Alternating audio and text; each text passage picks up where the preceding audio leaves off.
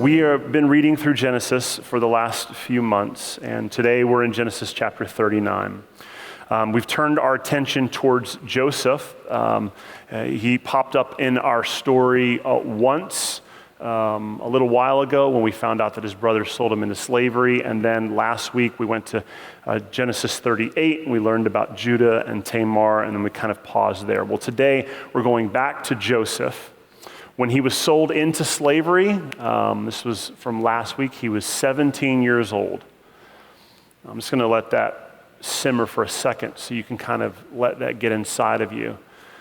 At 17 years old, he was sold as a slave, and he was trafficked over 500 miles away from his home down to Egypt.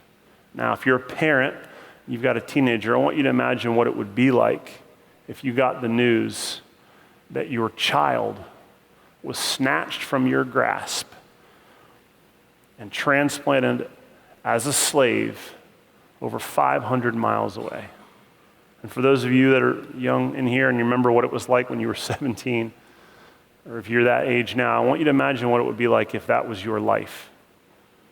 You had a home, you had a family, you had a dad who loved you, favorited you, and your brothers turned on you and sold you as a slave, and at 17, you ended up as a house slave in somebody's house 500 miles away. That's the story of Joseph.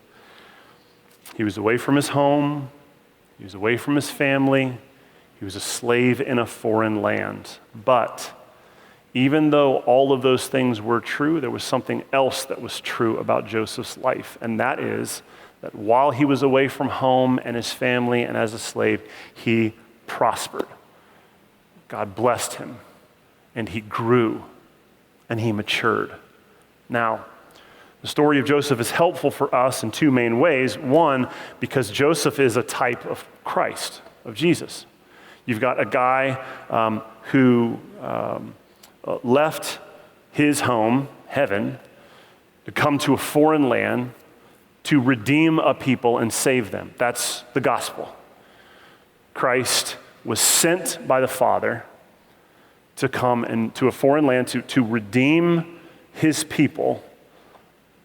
He was punished, he was whipped, he was murdered, he rose from the dead for the purpose of salvation. So in Joseph, we see Christ. That's one of the big reasons why we read Joseph, is because it helps us digest this idea that God has had a plan for a really, really, really long time, that Jesus was not a backup plan. Jesus was always the only plan. It's always only been Jesus. And as we read these stories, we see God whispering, there's something, but you see Joseph, you see the way that he saved his family? I'm going to send my son, and he's going to save the world. So God has this habit of saying, hey, you see this little thing that happened here? What I'm going to do is kind of like that, but way bigger and way better. That's essentially what the entire Old Testament is about. God whispering these shadows of things to come, that these ideas, these things that are happening in Israel are only a microcosm of what's going to happen over the entire world. Redemption's not just for a people, it's for all people, okay? The offer is to all people, anyone who makes a decision to turn and repent. That's the offer. Now, that's one way to look at Joseph. The other way to look at Joseph is the one that I'm going to press in a little harder on today, is the idea is that Joseph, the way he lived his life, can be a model for the way that we live our life. And the reason why I say that is because Joseph grew up from 17 until into his late 20s, early 30s. He grew up in a foreign land. And he made a decision to live in such a way that he prospered and God blessed him in this foreign land. And we are now told from the New Testament that as people who have come to Christ, we are now citizens of heaven. We are citizens of a different kingdom. Therefore, we, in a way, are like foreigners living here on earth. This earth is not our home. We're in it, but we're not of it. This idea that while we're here on earth and this place feels kind of like home, it's not really home. Our heart longs to be somewhere else with someone else. We have a better family. We have a better future. Eternity is greater than what we see. Everything around us is kind of just temporary and transient and foreign to us. And so the way that Joseph lived his life is helpful to us because in the same way, we can see how he chose to live in a foreign land and stay faithful to God. Those can be whispers to us on how we can do that. So those are the two big ways that we want to look at Joseph's life. One, this idea that he's a type of Christ. And two, he's a model for some of the habits that we should develop in our own life. Does that make sense? Good. So this being particularly helpful for us, let's go ahead and start reading the story and learn about what Joseph knew, about the way he practiced his life, about the things that were unique about him, what sustained him, right? Because all you have to do is turn on the news and see protests and riots and anger and frustration, and then more anger and a little more frustration on top of that, and then some looting, and then some more rioting. All you see is manifestations of the human heart just breaking and destroying and shouting and being angry. There's no shortage of things to get angry about. And that is because we live like exiles in a foreign land. This is not our home. There's something in our hearts that longs for something better, something different, something greater that only comes through what Christ can do. So what Joseph knew, we want to know. What was his secret? What made this guy so unique that he didn't, because there is no evidence whatsoever in the entire Bible that Joseph ever started complaining or having an attitude or a chip on his shoulder, that any of the things that we're about to talk about in his life really got to him and shifted his eyes off of God. No matter how bad things got, he always kept his eyes fixed on God. In the prison, as a house slave, being betrayed by his own brothers, none of that drew him to complaining and having an attitude. How did he do that? Because I catch one red light at the wrong time, my day's ruined. Are you with me? Do you follow? All it takes is one, I don't even a red light. I just need one of my kids to look at me wrong. Are you with me? It does not take much for us to lose our religion. Do you follow me? So what did Joseph know? Why was he so different? I want to know that. And I want to know that so I can practice it. You follow? So let's get into it. Joseph chapter 39. Genesis 39, let's read verse 1 through 10. So this is picking up after the story, after he had been sold into slavery. He made it over 500 miles at 17 down to Egypt. Now Joseph had been brought down to Egypt, and Potiphar, an officer of Pharaoh, the captain of the guard, an Egyptian, had brought him from the Ishmaelites who had brought him down there. The Lord was with Joseph, and he became a successful man, and he was in the house of his Egyptian master. Now that's important. We're going to come back to that. Verse 2, the Lord was with Joseph, and he became a successful man, and he was in the house of the Egyptian master. His master saw that the Lord was with him. So this idea that the Lord was with him is starting to become very repetitious. The Lord was with Joseph. Joseph knew the Lord was with him. But those were the only people that knew what was going on. Other people could see it. His master saw that the Lord was with him, and the Lord caused all that he did to succeed in his hands. So Joseph found favor in his sight and attended him, and he made him overseer of his house and put him in charge of all that he had. From the time that he had made him overseer in his house and over all that he had, the Lord blessed the Egyptian's house for Joseph's sake.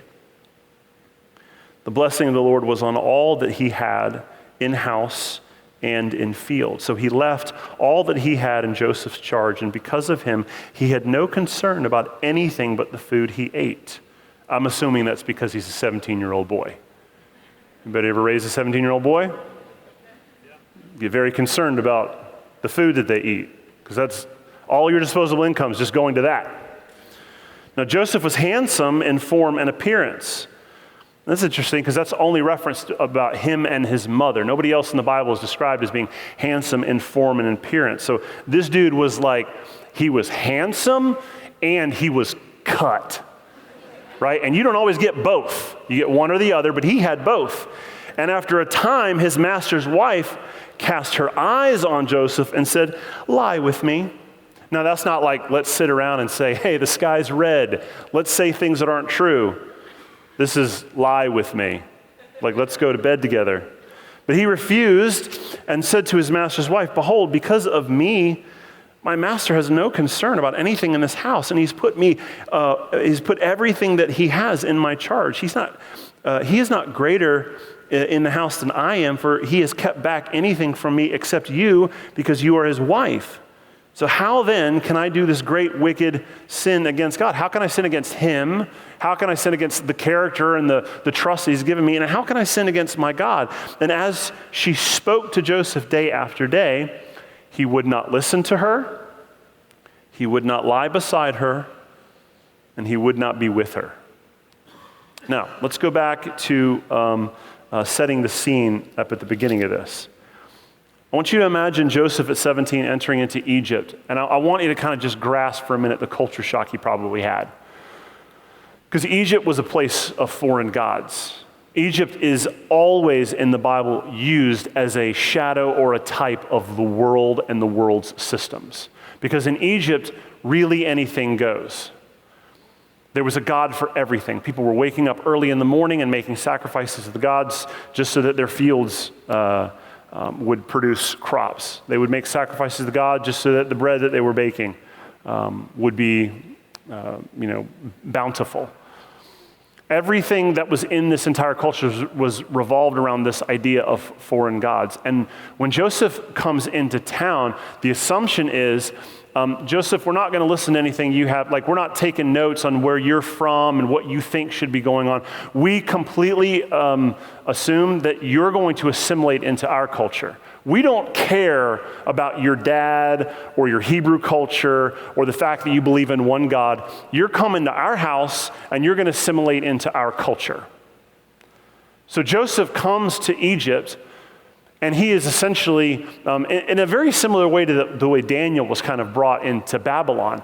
Like, we're going to school you in the ways of Egypt.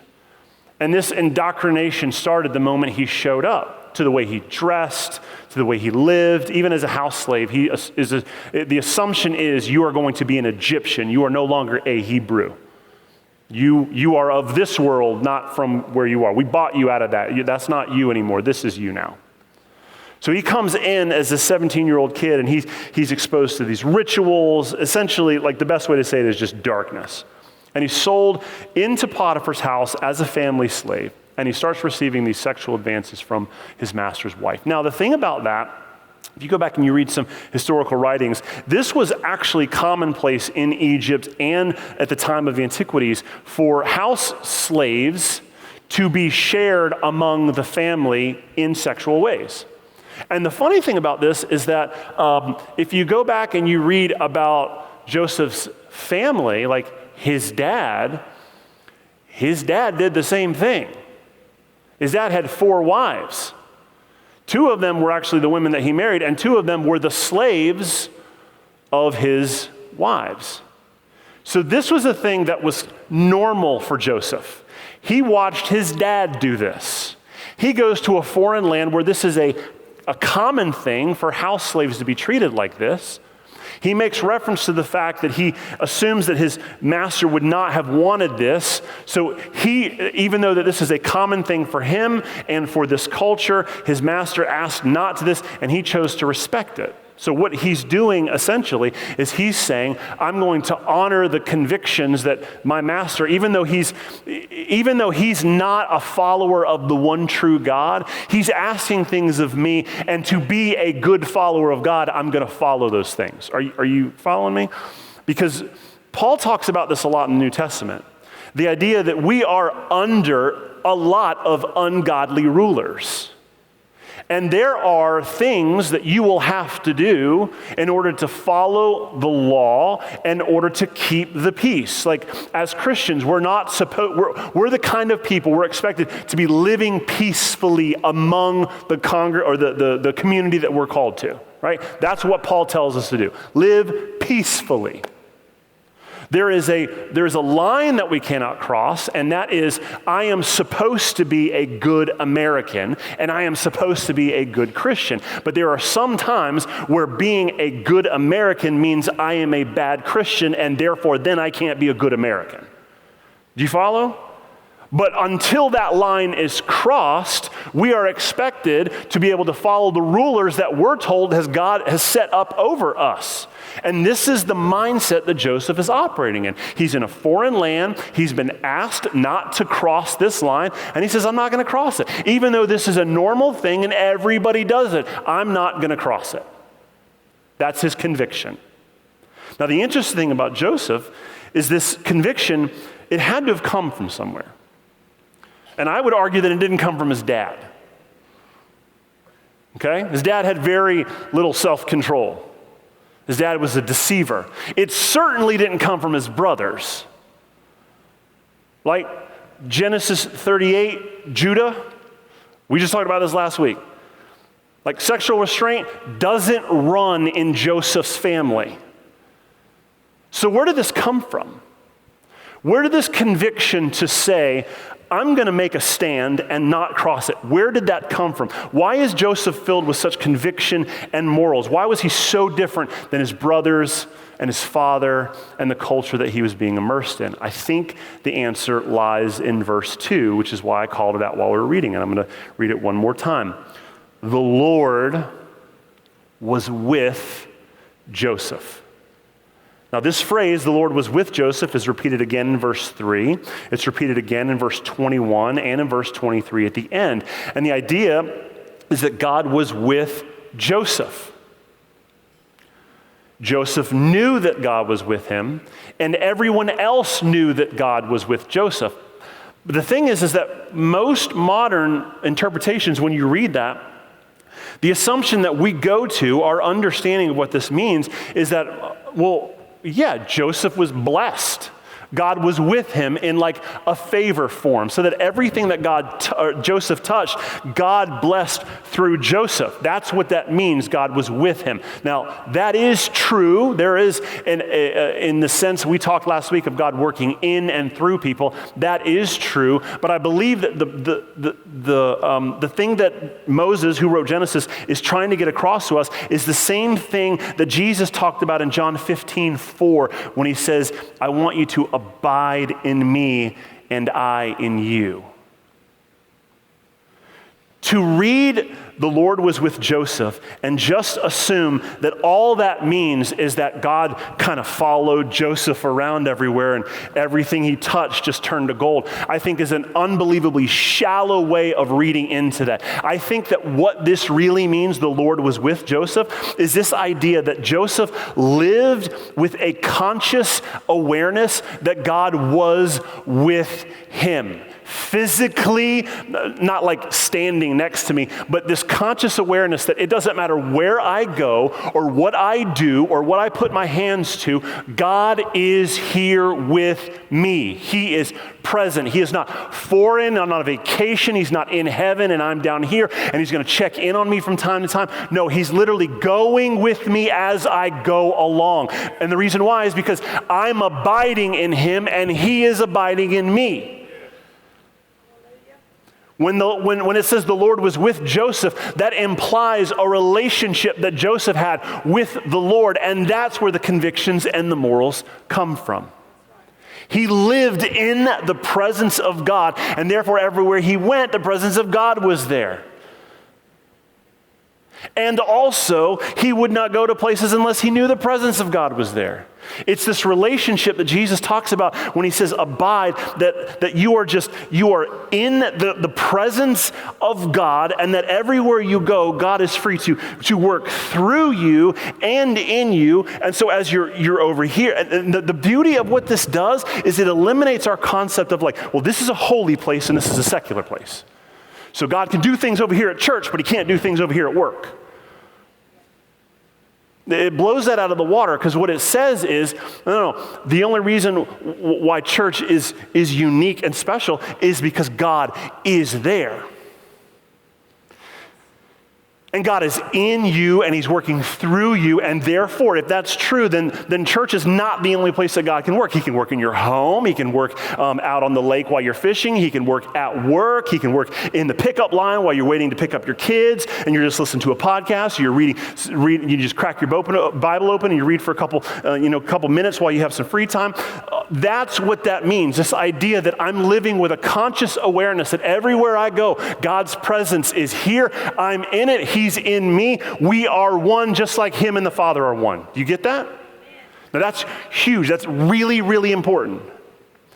And the reason why it's really important is because this awareness gave Joseph the ability to accomplish some things that seem almost unnatural, peculiar, and probably not how we would have responded to situations. And this is one of them. Why is it that Joseph, having not seen his father model holiness, not seeing his brothers model it, having no reference for what that looks like, why is it that his immediate response is, no, I can't cross that line? Because he doesn't want to cross a line of sin knowing that God is here watching me.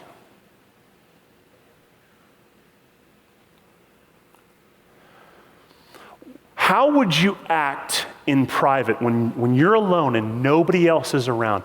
What decisions would you make differently if you started living with a conscious awareness that God's watching me right now because he's with me right now? What would you do differently with your spare time, with your thought life, if you really, truly believed what the Bible says, that he'll never leave us or forsake us, he's always with us? What does that do for us at the conviction level if we really believe that what he says is true? Well, for Joseph, I'm not going to cross that line, even though I've watched everybody else model that for me. I'm not going to cross it because, don't you see him? God's here. I'm not going to do that in front of God. It's embarrassing. Well, can God go to the other room? No, that's not how it works. Because he's here with me all the time. He's always here, and therefore there's no time where I'm going to cross that line because he's always with me. He's always watching, and that awareness dictates the decisions that I make. But it doesn't stop there, and we'll see this as it picks up. This awareness sharpened his character in all that he did. When he did his job, he did it as unto the Lord. That's why he was so good. That's the reason why Potiphar said, well, you can be in charge of everything except for the food. I'll give you charge over everything because I trust you. Because when you do it, it's almost like you're not doing it for a paycheck. It's almost like you're doing it as unto somebody else that has more power and authority than me, watching you and making sure that you're doing a good job.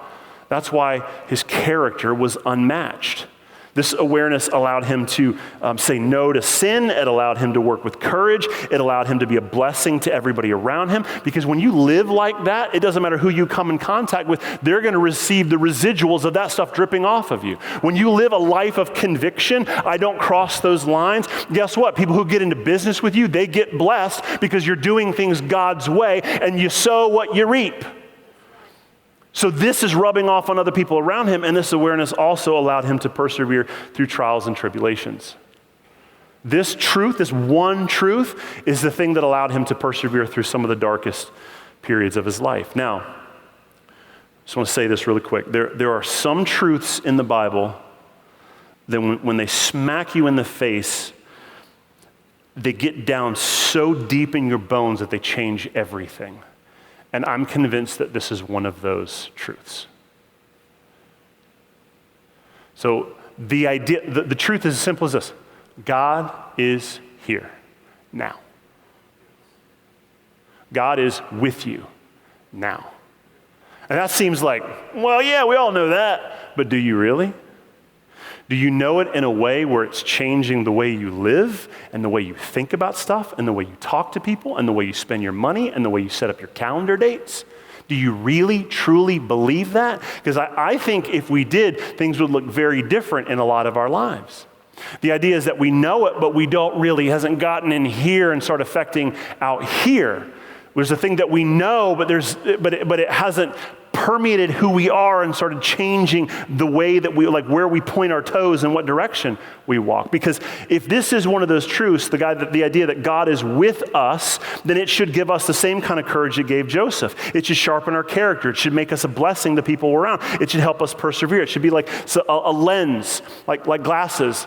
Some of you in here, you have great eyesight. Praise God, I'm so happy for you. But some of these who don't, when you put those glasses on, like, oh, now I can see. You take them off, you're like, I see men walking and they look like trees. It's just a bunch of blur, but you put oh, Marshall. The idea that, it's like, that's my wife. She puts his glasses on. You just look like a big brown blur. Oh, it's my husband. The idea is that things look one way without the lens, and the moment you put them on, things look completely different. This is one of those truths, that if you can wrap your head around this and let it get on the inside of you and start bearing fruit, then everything else that happens to you will start changing. And if there was ever a message that we needed, it's this one right now. Because if you think that the trials and the tribulations that we've gone through for the first 9 months of this year are starting to kind of slow down, I got bad news for you. This train is not slowing down. We have established social norms now that will carry us the next time. Oh, there's a scary flu season. We need to start reacting this way. We have now proved, whether we liked it or not, that some of your bosses who've told you can't do your job from home. Well, guess what? Now you can. You can't back that truck up. Once you let somebody work from home in their pajamas, good luck getting them to come back into the office. Amen? Come on. The point is that nothing, we're moving forward and we're not going back. Things are going to look different. Things are massively, so the desire in your heart, if we could just get back to the way it was, you're going to have to watch the Andy Griffith Show to have those memories, because they're not going to be in real life. We're not going back to that. What we're moving forward is the mission field that God has called us to, and the faster you get equipped and prepare your heart for what is in front of you, the less you can start being afraid and worrying about what we've already passed by. And this is one of those truths that will equip you, because as Joseph increased in tribulation and Jesus promises us, hey, every day that you kind of inch closer to my return, guess what's going to happen? Things are going to start increasingly falling apart. They're going to get worse, and there's going to be increase in tribulations and rumors of wars and famines. So well, I don't like any of that. He's just like, well, I know, but I'll walk through it with you. See, the promise is never that you come to Christ and everything's peachy, that your life is perfect. That's not the promise. The promise is that in the middle of all of that, you're not alone. In the middle of that, He is here, now, with you. His presence is here with you. That's the promise. You don't get a beautiful life now. You get that later. What you get now is Him. You inherit Him, His presence, Him right now. That's what Joseph knew. And if we can wrap our heads around that, guess what we will stop being afraid of? Whatever news report comes out, whatever Russia's doing, or whatever the media says that this president is doing, or this person who's running for president is doing, or what this local election, there's another riot over here, or there's another protest about here. There's no shortage of any of that stuff happening in the world, and there's no sign of that slowing down. So what is our comfort? The comfort is in the middle of that. We get Jesus. We get Him. And some of us, our hearts is like, well, that's not enough. And that's a sign that there's something fundamentally broken in your heart, that what you're hungry for isn't really Jesus. It's a fake version of Christianity that somebody sold you and you purchased. But it's not the treasure hidden in the field that required you to sell all that you own just to get that field, just to get Him. Joseph knew this, and this is why his life was different. So what happens is he comes back, and Potiphar starts making advances to him. Now, the advances that she makes in his response, I think is probably the best advice ever on how we can deal with sin. This is really important for us, because when you look at Miss Potiphar as the personification of temptation, we find how we're supposed to respond to temptation. Now, I don't want to do the typical like, well, these sins are the things you struggle with. I just ask you this question. If you struggle with gossip, if that's your thing, reading the life of Joseph gives you clues on how to turn away and not let that thing rule you. If gossip is your thing, then you need to stop listening to it. You need to stop lying beside it, and you need to stop finding ways to be with it. And for some of you, that means exactly what it means. You need to deactivate Facebook because it is your primary well of gossip. Let that sit there for a second. You got into this thing because you want to share baby pictures and you want to be connected with your aunts and uncles who are on the other side of the country, right? And now all you do all day long is just stay mad at news articles that aren't even real, that was shared by some bot in Europe, crafted in a way to manipulate you and anger you, and guess what? It's working. It's working. So the idea that if lust is your thing, if envy is your thing, the best thing you could possibly do is don't listen to it, don't lie next to it, don't be with it. Romans 13:14 says, make no provisions for the flesh. Don't stockpile things that will make it easier for you to indulge in that nonsense when you're feeling low or alone or tired or weak. You follow? All right, let's pick it up in verse 11. It says, but one day he went into the house to do his work, and none of the men of the house were there in the house, and she caught him by the garment, saying, lie with me. But he left his garment in her hands and fled and got out of the house. And as soon as she saw that she had left his garment in her hand and had fled out of the house, she called to the men of the household, saying, see, he has brought among us a Hebrew to laugh at us. He came to me to lie with me, and I cried out with a loud voice. And as soon as he heard that I lifted up my voice and cried out, he left his garment beside me and fled and got out of the house. Then she laid up his garment by her until his master came home, and she told him the same story. The Hebrew servant whom you brought to us came in to me to laugh at me. That idea of laughing is essentially mockery. That he came to take advantage of her in a sexual way, to humiliate her. That's what that means. But as soon as I lifted up my voice and cried, he left his garment beside me and fled out of the house. And as soon as his master heard the words that his wife had spoke, this is the way that your servant treated me, his anger was kindled. And Joseph's master took him and put him into prison, the place where the king's prisons were confined. And he was there in prison, but the Lord was with Joseph and showed him steadfast love. The Lord was with Joseph in prison. And showed him steadfast love and gave him favor in the sight of the keeper of the prison. And the keeper of the prison put Joseph in charge of all the prisoners who were in prison. Well, that's probably not the job he wanted, like assistant to prisoners in prison. I'm assistant prisoner. You're assistant to the prisoners. But what was done there, he was the one who did it. The keeper of the prison paid no attention to anything that was in Joseph's charge. So he probably could have escaped since no one was paying attention to him, but he didn't take advantage of that. Why? Because the Lord was with him. And whatever he did, the Lord made to succeed. So Joseph was falsely accused and he's placed in prison, but his awareness that God is here was present in prison too. And because of it, God blessed the guards through his character, and Joseph only grew in his awareness of God. Now, this is a really important point because it shows the truth that I'm trying to argue here is applicable in every situation. The idea that God is here is not locked to a geographical location. God is not at a spot. He is with his people, and wherever his people are, that's where he is. Which means that you can be in the palace or in the prison and God is with you. That's important. It's important to know that a truth is not hinging on where you are, because a lot of the places you go is not where you need to be. You make really bad decisions and you end up in places that you don't belong. You're like, well, God, how did I get here? Well, because of this bad decision and this bad decision. This is how you got here. But guess what? I'm with you.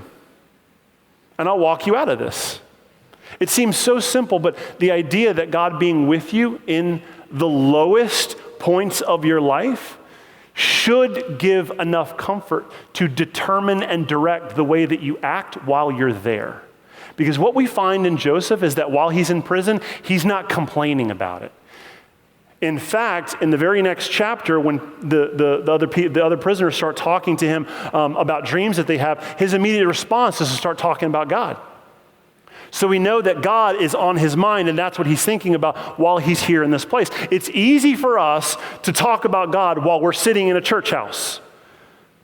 But it's not so easy to talk about God when you're at work, or you were in a car on the way to some kind of conference with some coworkers that you're not really familiar with. So you just kind of start dialing back some of the speech. You don't talk the same way in front of other people because you're not really sure how they're going to take it. This idea that God is with us no matter where we go should bring us some kind of comfort, because some of the places we go is not where God wants us anyway, but he's with us through it. So Joseph knew that God was with him in prison, and this idea should be helpful to us, because when you're low, when you're in the lowest place of your life, if this truth is true, then you don't need a high to get through it. And we're convinced when we get to a low place, what would make us feel better is if we got to a high place, if I could just change my attitude, if I could just change my circumstances or my situation, if I could just change some things about what's happening to me, then I would be better. That's not the biblical prescription for how things change. Things don't change, what you're looking at changes. So the idea is spend less time worrying about fixing the situation around you and spend more time looking at God in the situation you're in right now. Spend less time in prayer, God, get me out of this, and spend more time praying, God, let me see you in this. That's what Joseph is teaching us. The goal is not to look for a new season. The goal is to look at God in this season. Now, in chapter 40, what happens is he is now in prison, not in prison this entire time. From the time that he was taken as a slave to the point that he is now in prison has been 11 years. So it's been 11 years since he was taken into slavery. So 11 years of his life he's lived as a slave or in prison. We don't know what point he was thrown in prison. It might have been very shortly after he lived in Potiphar's house. He might have lived 6 years in Potiphar's house and then thrown in prison. But a period of 11 years has passed as him being a slave and now living in prison. He's now 28 years old, and he's in prison with the chief cupbearer and the chief baker. And one night they have a dream and it disturbs them. And I just want to read Joseph's response from chapter 40, verse 8, when they wake up and they have these very disturbing dreams.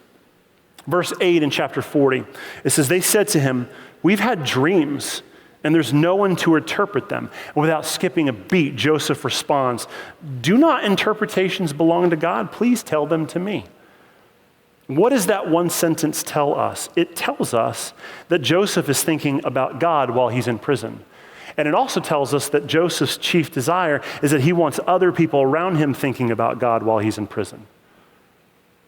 So it doesn't matter if he's in a house or he's in prison or he's back with his family or he's in the palace where he's going to end up in the next chapter. It doesn't matter what his circumstances are. His eyes are always fixed on God. He is aware that God is with him no matter where he is.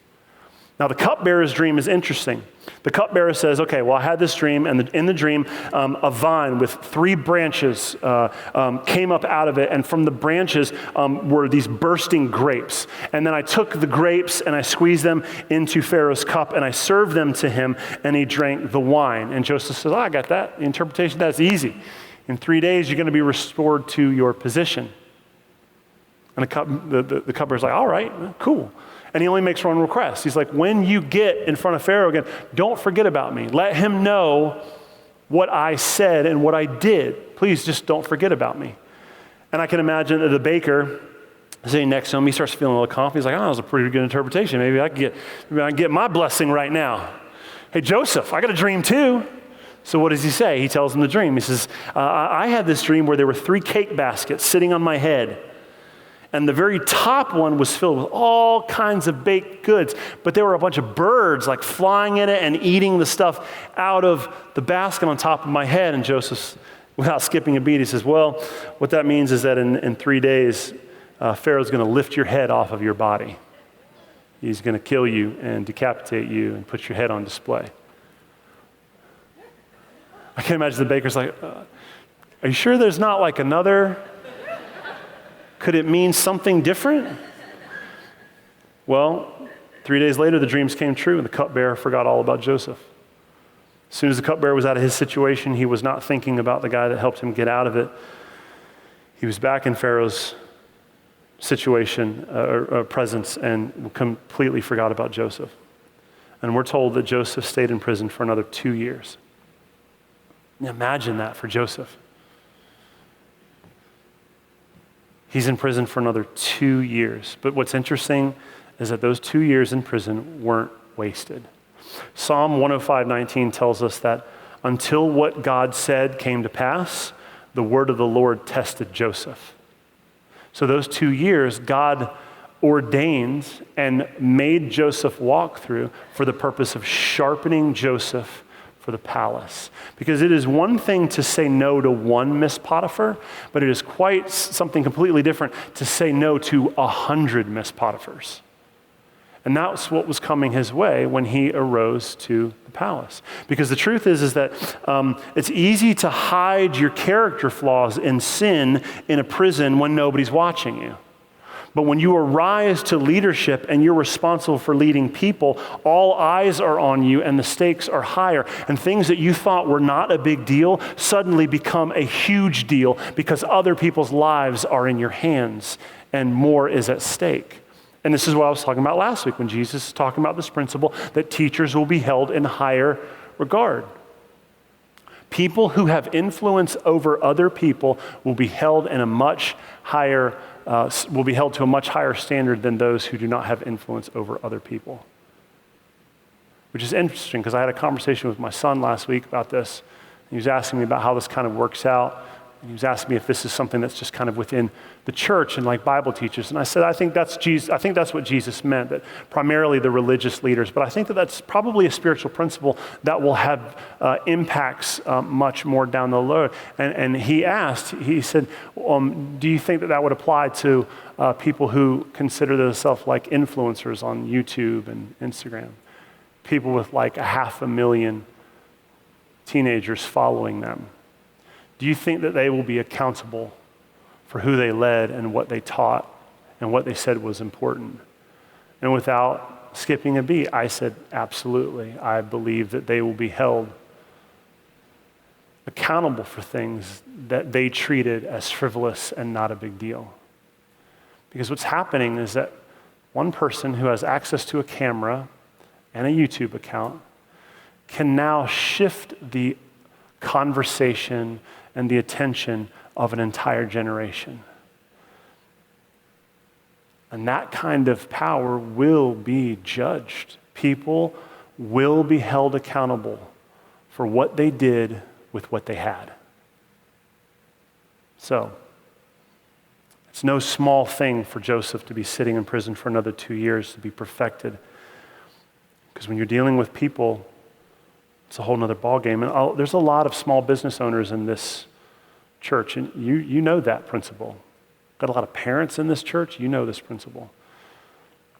A lot of managers in here, you're in charge of people. You know what it means to have other people's lives that you are responsible for and accountable for. So Joseph remained in prison, but in that period, his awareness of God only grew.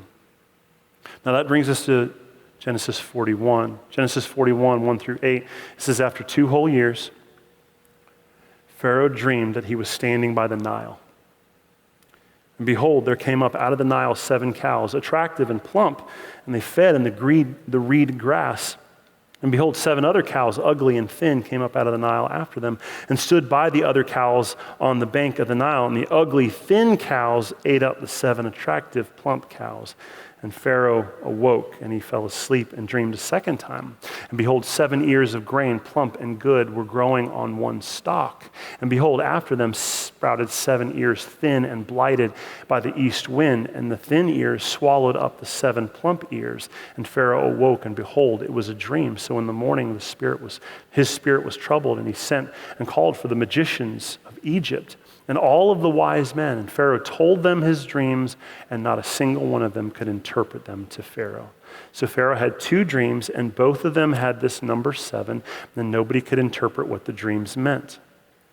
And it's at this point in verse 9, the cupbearer remembers Joseph and says, I made a mistake. This guy that I was in prison with, he's really good at interpreting dreams. You should bring him in and let him listen to it, Pharaoh. So Pharaoh brings in Joseph, and without missing a beat, Joseph interprets the dream. And he says, the dream, the 7 cows, the 7 ears, that's 7 years. God is showing you that Egypt is going to have 7 years of plenty and harvest, and then he's going to have 7 years of extreme famine. So what you need to do, Pharaoh, is you need to appoint somebody in your leadership structure to make sure that all of the stuff we take in during the plenty years can last us through the lean years. Because when the famine hits, Egypt's going to be the only one with any resources, and everyone's going to come to us. And this is Pharaoh's response when he hears Joseph's interpretation and his advice. This is verse 37. This proposal pleased Pharaoh and all his servants. And Pharaoh said to his servants, can we find a man like this in whom the Spirit of God is? And Pharaoh said to Joseph, since God has shown you all of this, there is none so discerning and wise as you are. You shall be over my house, and all my people shall order themselves as you command. Only as regards the throne will I be greater than you. And Pharaoh said to Joseph, see, I have set you over all the land of Egypt. And Pharaoh took his signet ring from his hand, and he put it on Joseph's hand and clothed him in garments of fine linen and put a gold chain around his neck. And he made him ride 2nd chariot. They called out before him, bow the knee. Thus he set him over all of the land of Egypt. Moreover, Pharaoh said to Joseph, I'm Pharaoh, and without your consent, no one shall lift up hand or foot in the land of Egypt. And Pharaoh called his name Zaphanath-Paneah, and he gave him in marriage to Asenath, the daughter of Potiphera, priest of On. So Joseph went out over the land of Egypt. So Pharaoh, the head of Egypt, was pleased with Joseph because Joseph knew God was with him. Pharaoh saw it, and he promoted him to 2nd in command. But he didn't just do that. He changed his name, and he gave him an Egyptian wife. Now, this is important because what's happened is a 17-year-old kid who was a slave and a prisoner is now the vice president over Egypt. He went from being betrayed by his own family to being falsely accused to spending over 2 years in prison to now being the 2nd in command over all of Egypt. Now, praise God to the providence of God. What a testimony of God's faithfulness and encouragement for us to fix our eyes on Jesus. But there's one final anecdote to the story. Genesis chapter 41, verses 50 through 52, we're told that he had children with this Egyptian wife. And he named them Manasseh and Ephraim. So follow me. Joseph was in Egypt. He was given an Egyptian name. He had an Egyptian wife. He had an Egyptian job. But when he had children, he named them Manasseh and Ephraim, and those are not Egyptian names. Those are Hebrew names. Manasseh and Ephraim are Hebrew names. The point being is that you can put Joseph in Egypt, but you can't put Egypt in Joseph. You can put a man in this culture, but this man is not of this culture. You can put this man in this world and make this man follow all of the rules and the guidelines and the edicts and things that are put in place that reflect the culture of this world, and this world not get in the heart of this man. That's the story of Joseph. Now, at the beginning of the message, this is where we're going to finish, I told you that Joseph was a type of Christ. Joseph came to a foreign land to save God's people, and Christ would come to a fallen world to save the people of the world. But the other application there is that Joseph lived in a foreign land without letting that land get inside of him, and we're called to respond the same way. So this is the takeaway from today's message. This is what I want to leave you with. This is the invitation for you to respond to this one simple truth. This is all I want you to think about today. God is with us. God is here now. That reality, if you let it sink into your heart, will help you persevere some of the lowest trials and tribulations that you are currently in or may be coming your way. It will sustain you in moments of temptation towards sin. It will sharpen your character when you are at your job or when you are supposed to be responsible for things. And it will also flow on to other people around you. All of it is rooted in the same awareness. God is with me right now. He's not absent. He's present. Let's pray.